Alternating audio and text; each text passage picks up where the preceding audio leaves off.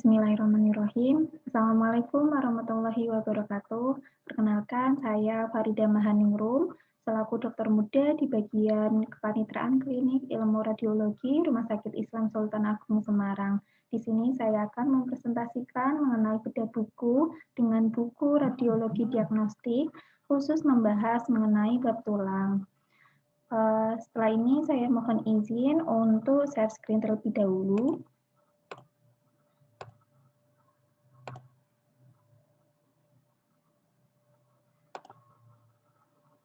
Nah,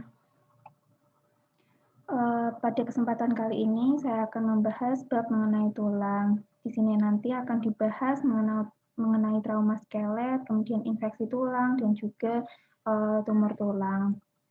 Yang pertama adalah trauma skelet. Jadi, fraktur, seperti yang sudah kita ketahui, fraktur tidak selalu disebabkan oleh trauma yang berat. Kadang trauma ringan bisa menimbulkan fraktur bila tulangnya sendiri terkena penyakit. Nah, berdasarkan hal ini dikenal dengan berbagai jenis fraktur, yaitu ada fraktur spontan atau patologi, kemudian fraktur stres, fraktur yang disebabkan trauma yang berat. Nah, untuk fraktur spontan atau yang fraktur patologi, merupakan fraktur yang terjadi pada tulang yang sebelumnya telah mengalami proses patologi. Contohnya yaitu myeloma multiple, osteomyelitis, atau tuberkulosis tulang. Kemudian fraktur stres disebabkan oleh trauma ringan tetapi terus-menerus. Contohnya adalah fraktur fibula pada pelari jarak jauh, kemudian fraktur tibia pada penari balet, dan lain-lain. Nah, yang ketiga ada fraktur yang disebabkan oleh trauma yang berat. Nah, faktor yang mempengaruhi jenis fraktur itu ada berbagai hal. Yang pertama bisa karena besar atau kuatnya trauma, kemudian yang kedua trauma langsung atau tidak langsung, kemudian usia, dan juga lokasi fraktur itu sendiri. Untuk tipe frakturnya bisa kita lihat pada gambar berikut. Jadi ada fraktur transversal yang arahnya transversal, kemudian ada fraktur oblik, arahnya oblik, kemudian fraktur kominutif yang nanti akan membentuk beberapa fragmen, kemudian ada fraktur avulsif, fraktur green stick, sering pada anak-anak ya, kemudian ada fraktur epifisis dengan separasi. Kemudian ada fraktur kompresi, biasanya pada vertebra. Kemudian ada fraktur impresi, yang pada biasanya sering pada trauma tengkorak. Nah, kemudian hal-hal yang diperhatikan pada foto rongsen adalah yang pertama kita lihat dulu, adakah fraktur? Ada fraktur atau tidak? Jika ada, kita tentukan lokasinya.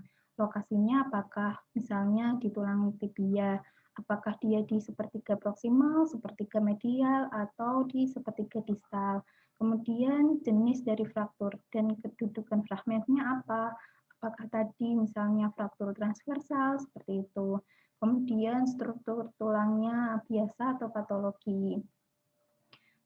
Kemudian jika dekat atau pada persendian, kita juga perlu melihat ada dislokasi atau tidak, kemudian misalnya ada fraktur epifisis atau tidak. Nah, kemudian kita juga cek adakah pelebaran sela sendi karena efusi ke dalam rongga sendi atau tidak. Nah, kita masuk ke beberapa fraktur. Yang pertama adalah fraktur Colles. Bisa dilihat dari gambar ini untuk memudahkan memahaminya. Jadi fraktur Colles itu fraktur di bagian radius, khususnya di bagian distal yang nanti kurang lebih 1 cm dari ujung distal dengan angulasi ke posterior atau dislokasi ke posterior, dan juga ada deviasi fragmen distal ke radial. Nah, pada fraktur Colles ini bisa disertai dengan fraktur processus styloid ulna. Jadi ini ya gambarannya, ada fraktur radius bagian distal, kemudian ada angulasi ke posterior dan dislokasi ke posterior. Di skemanya di gambar A.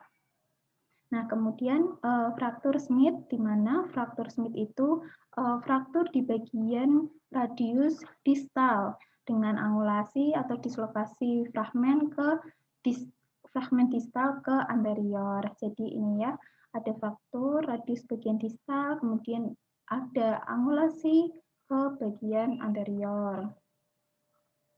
Kemudian fraktur Bennett. Jadi fraktur Bennett ini fraktur dislokasi pada basis metakarpal 1. Nah, jika curiga adanya fraktur atau dislokasi pada tulang tangan, kita sebaiknya membuat minimal foto proyeksi 2. Jadi kita bisa pakai foto proyeksi posterior anterior, lateral, dan juga oblik. Kemudian jika kita ragu, kita bisa membuat foto dibandingkan dengan foto yang sehat. Untuk fraktur yang selanjutnya adalah fraktur supracondylar humerus. Ini sering terjadi pada anak-anak, biasanya ada angulasi dan dislokasi fragmen distal ke posterior. Jadi ini ya, terdapat fraktur di supracondylar. Nah, kemudian di gambar sebelah kiri merupakan gambar setelah tulang dilakukan reposisi terbuka dan dipasang gips. Kemudian fraktur intercondylus humerus. Lebih sering pada orang dewasa. Nah, fraktur ini merupakan kombinasi dari fraktur supracondylar dan fraktur vertikal antara kedua kondilus. Jadi fraktur supracondylar dan fraktur vertikal antar kedua kondilus. Nah, kemudian fraktur yang selanjutnya adalah fraktur caput radii. Nah, untuk khasnya pada anak-anak sering di kolum radius, sedangkan pada orang dewasa sering terjadi fraktur di caput radii.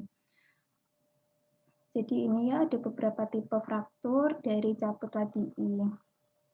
Nah, fraktur selanjutnya adalah fraktur Montegia.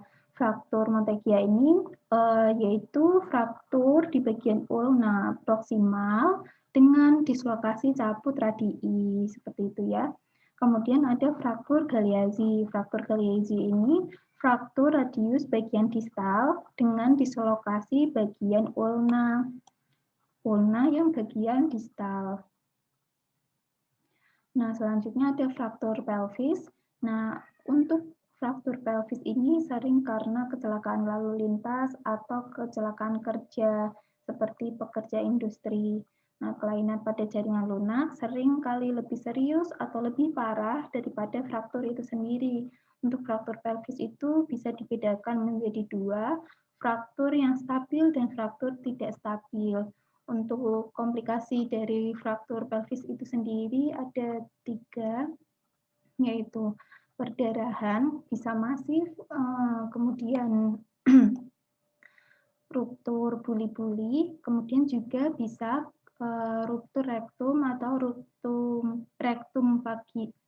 ruptur vagina, walaupun itu jarang. Jadi ininya gambarannya ada fraktur di bagian ramus superior dan inferior, tulang pubis, kanan dan juga kiri. Nah, kemudian fraktur patella. Jadi patella juga bisa mengalami fraktur. Ada tiga jenis fraktur patella. Yang pertama, yaitu gambar A ini merupakan fraktur kominutif disebabkan oleh trauma langsung. Kemudian ada fraktur transversal, jadi arahnya ini transversal ya, disebabkan oleh karena kontraksi otot quadriceps femoris. Kemudian yang ketiga ada fraktur vertikal. Nah, untuk fraktur vertikal ini kadang hanya dapat dilihat pada foto aksial. Nah, kemudian dilanjut mengenai trauma tengkorak. Jadi, trauma tengkorak nanti akan menyebabkan fraktur tengkorak. Dari fraktur tengkorak itu sendiri nanti kita bisa bedakan menjadi fraktur impresi atau depres fraktur, kemudian fraktur linier, fraktur diastesis atau traumatic suture separation. Nah, fraktur impresi itu sendiri biasanya disertai dengan kerusakan jaringan otak. Nah, pada foto nanti akan terlihat sebagai garis atau 2 garis yang sejajar dengan densitas yang tinggi. Nah, khusus untuk fraktur linier, fraktur linier, kita perlu membedakan apakah ini fraktur, apakah ini pembuluh darah.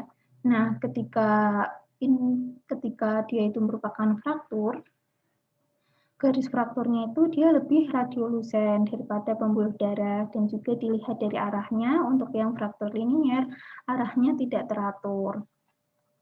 Kemudian untuk fraktur diastasis ini sering pada anak-anak dan terlihat sebagai pelebaran sutura.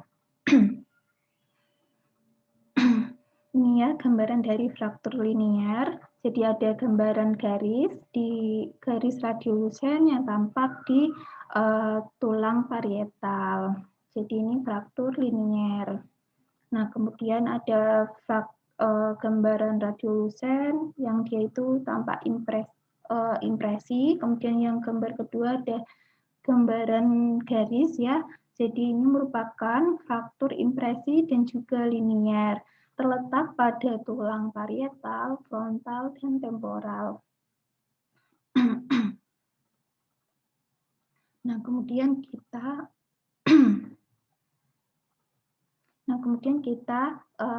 masuk ke pembahasan infeksi tulang. Yang pertama kita bahas adalah osteomielitis. Osteomielitis adalah infeksi tulang dan sumsum tulang, umumnya pada tulang panjang. Nah, dimulai pada metafisis infeksinya. Tulang yang sering terkena adalah femur distal, kemudian tibia proksimal, humerus, radius, dan ulna, baik itu proksimal dan distal, dan juga bisa mengenai vertebra. Untuk bakteri penyebab osteomielitis itu ada beberapa. Yang paling sering adalah Staphylococcus. Yang bakteri yang lain adalah Pneumococcus, Streptococcus, dan juga Salmonella. Nah, infeksi dari osteomielitis ini bisa menyebar infeksinya secara hematogen, kontaminasi dari luar, ya. Contohnya misalnya fraktur terbuka atau tindakan operasi pada tulang, kemudian perluasan infeksi jaringan ke tulang di dekatnya.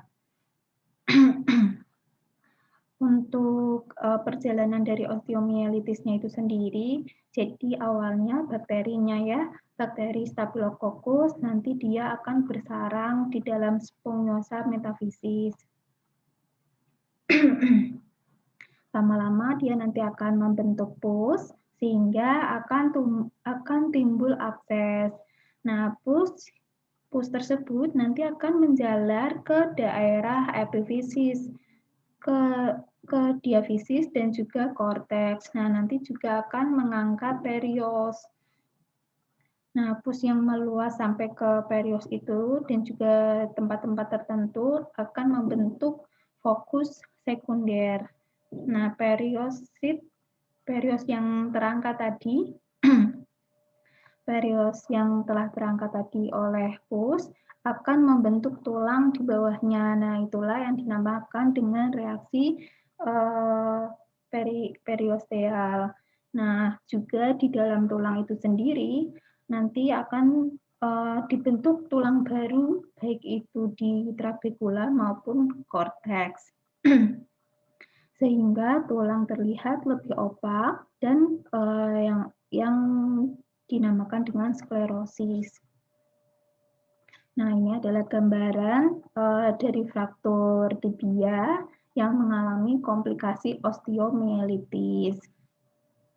Jadi ya, kalau yang gambar yang di kanan itu merupakan osteomielitis kronik pada tibia, jadi tampak tibianya yang besar dan juga sklerotik.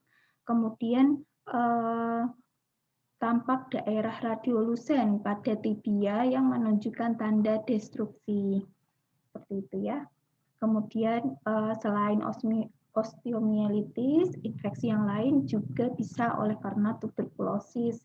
Nah, salah satunya adalah misalnya ini ada di tulang panjang ya, tuberkulosis pada tulang panjang, jadi tampak lesi destruksi pada metafisis distal radius. Dia nanti berbentuk lonjong, batasnya tegas, tampak sedikit reaksi periosteal dan pembengkakan pada jaringan lunaknya. Nah, Kemudian infeksi yang berikutnya oleh karena sifilis. Jadi sifilis tulang. Ada dua, sifilis kongenital dan sifilis akuisita. Sifilis kongenital timbulnya bisa cepat ataupun lambat. Untuk timbulnya secara cepat bisa dari sejak lahir sampai usia 4 tahun. Sedangkan timbulnya yang lambat antara usia 5 sampai 15 tahun. Kemudian periostitis merupakan kelainan yang paling sering. Gambarannya yaitu garis tipis atau berlapis-lapis di luar korteks dan sejajar dengan korteks. Untuk khas sifilis dan kongenital itu sendiri adalah adanya Wimberger sign, yaitu destruksi pada medial tibia proksimal yang bersifat bilateral. Kemudian sifilis akuisita atau yang didapat kelainannya itu terdiri atas periostitis dan osteomyelitis. Untuk gambaran periostitisnya yaitu lamellar, spicula atau sunray appearance, jadi nanti akan mirip gambaran dari neoplasma tulang. Kemudian seperti renda atau ledge appearance. Nah, setelah ini akan kita bahas mengenai tumor tulang. Hal yang perlu diperhatikan dalam tumor tulang, yang pertama adalah usia penderita. Kemudian lesinya soliter atau multiple. Nah, kebanyakan dari tumor tulang primer itu dia sifatnya soliter. Jika ditemukan lesi yang multiple, kita bisa menduga bahwa itu bisa oleh karena metastasis. Kemudian bagian tulang yang terkena misalnya nih osteosarkoma. Osteosarkoma sering terjadi di bagian tulang di metafisis, sedangkan yang sarkoma Ewing lebih sering di bagian diafisis. Kemudian kelainan yang terlihat itu apa saja? Apakah ada destruksi, apakah ada reaksi periosteal, kemudian apakah ada pembentukan tulang baru. Kemudian kita juga perhatikan batas lesi dari tumornya itu. Kita bisa menduga bahwa itu tumor jinak ketika lesinya itu batasnya tegas, kemudian korteksnya menipis dan tidak ada reaksi periosteal. Berbeda dengan tumor yang ganas itu sifatnya untuk lesinya itu batas tidak tegas, kemudian korteksnya destruksi dan ada reaksi periosteal. Untuk gambaran radiologi metastasis itu sendiri ada 3, yaitu osteolitik, osteoblastik, dan juga campuran. Osteolitik misalnya nih karsinoma mamae, karsinoma paru, dan karsinoma ginjal. Untuk yang osteoblastik yaitu karsinoma prostat. Nah, setelah ini saya akan membahas mengenai yang kondroma, osteokondroma, osteosarkoma, dan juga sarkoma Ewing. Yang pertama adalah kondroma. Jadi secara predileksi 50% pada tulang tangan dan kaki, 40% pada tulang tangan, dan 10% tulang kaki. Nah, nanti gambaran yang akan kita temukan untuk membedakannya itu kan kalau yang tulang rawan gambarannya dia lebih radiolusen, sedangkan tumor dia radiolusen yang berbatas tegas di daerah medula. Kemudian umumnya kondroma itu sifatnya soliter. Nah, kemudian jika secara klinis kok pasien lesinya itu bertambah besar dengan cepat dan rasanya sakit, kita perlu pikirkan bahwa itu adalah keganasan atau degenerasi maligna. Jadi ini ya gambaran enkondromannya. Jadi ada bayangan radiolusen pada falang proksimal dan tengah jari ke-4, falang proksimal jari ke-5, serta metakarpal 4 dan 5. Kemudian yang kedua adalah osteokondroma. Jadi tumor ini dia akan tumbuh di bagian metafisis, kemudian dia akan bergeser ke diafisis. Untuk osteokondroma itu sendiri dia lebih seringnya adalah soliter, kadang bisa multiple.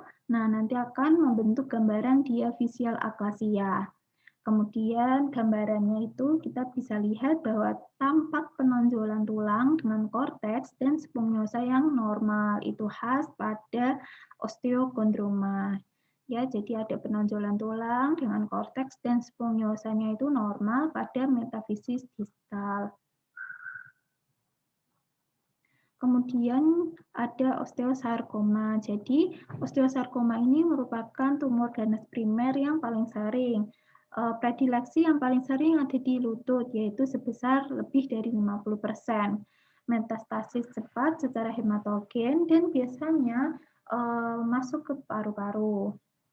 Gambarannya nanti akan tampak tanda destruksi tulang yang berawal pada medula dan terlihat sebagai daerah yang radiolusen, batasnya tidak tegas.